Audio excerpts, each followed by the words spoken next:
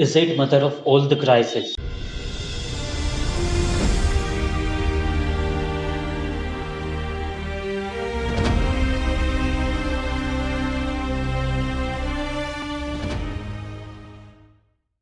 तो सबसे पहले mother of all the crisis को समझने के लिए हमें कुछ वक्त पीछे जाना होगा।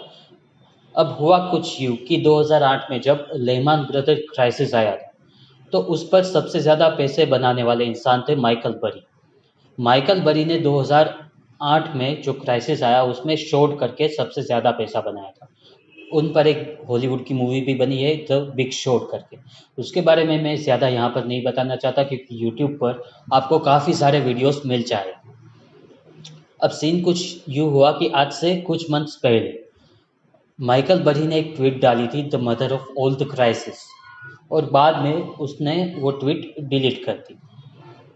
तो अब हो क्या रहा है कि the mother of all the crisis actually है क्या, कि मार्केट यहाँ से सडनली फॉल कर जाए।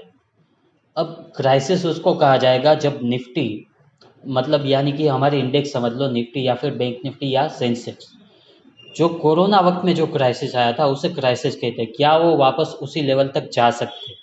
अगर वहाँ तक जाते हैं तब हम उसे क्राइसिस मान सकते हैं। यहाँ से अगर 500,000 पॉइंट का करेक्शन आता है या फॉल आता है तो हम उसे करेक्शन मानते हैं या डाउनफॉल मान सकते हैं, पर उसे हम क्राइसिस नहीं मान सकते। तो अब हमें देखना ये है कि क्या वो सच में हो सकता है। मैं फॉरेन मार्केट की बात नहीं कर रहा, मैं बात कर रहा हूँ इंडियन स्टॉक मार्केट की। क्या इंडिया में वो हो रहा है? अगर मैं आज के दिन की बात करूँ तो आज क्या हुआ, देखो, जब इंटरेस्ट रेट हाइक की बात आई तब सडनली मार्केट ने डाउनफॉल दे दिया।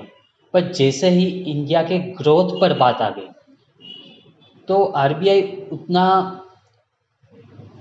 स्ट्रोंग है अपने ग्रोथ को लेकर कि वो एक्सपेक्ट कर रहे हैं कि ग्रोथ हमारी कंटिन्यू रहने वाली है।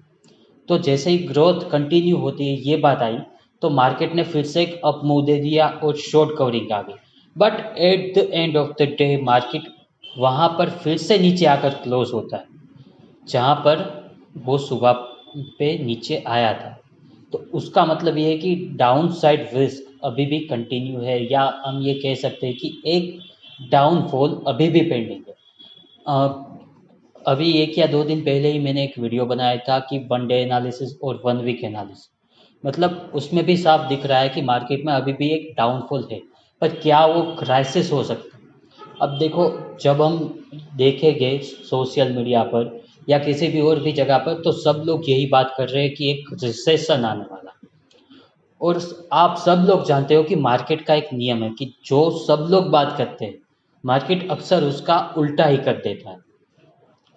अब हम लोग अभी से श्योर नहीं हो सकते कि बहुत बड़ा कोई क्राइसिस आने वाला है, या हम लोग अभी ये भी श्योर नहीं है कि बहुत बड़ा यहाँ से अपमूव भी आने वाला है। हम लोगों को काम करना है लेवल्स पर।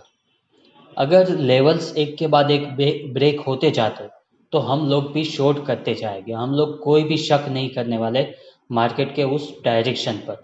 अगर अप मूव आता है तो भी हम बाय करते जाएंगे। हमें काम करना होगा लेवल्स पर। वही एक तरीका है जो हम लोगों को बचा सकता है, क्योंकि हम नहीं जानते कि बड़े हेज फंड अभी क्या सोच रहे हैं।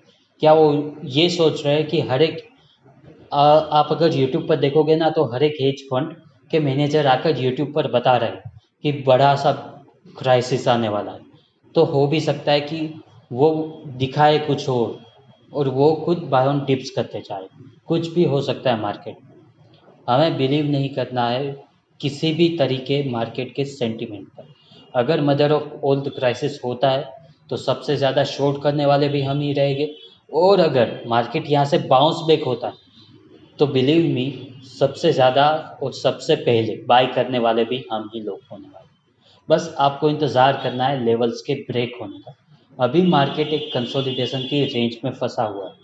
वो रेंज कौन सी है वो मैंने पहले के वीडियो में बता दी है, ठीक है। तो कोई भी mother of all the crisis या mother of all the crisis पर अभी आपको भरोसा नहीं करना है। जितना हो सके उतना सोशल मीडिया के टॉक्सिक एनवायरनमेंट से दूर रहो, अपने लेवल पर अड़े रहो, ठीक है। फिर भी अगर कुछ होता है तो हम मिलते हैं अगले वीडियो।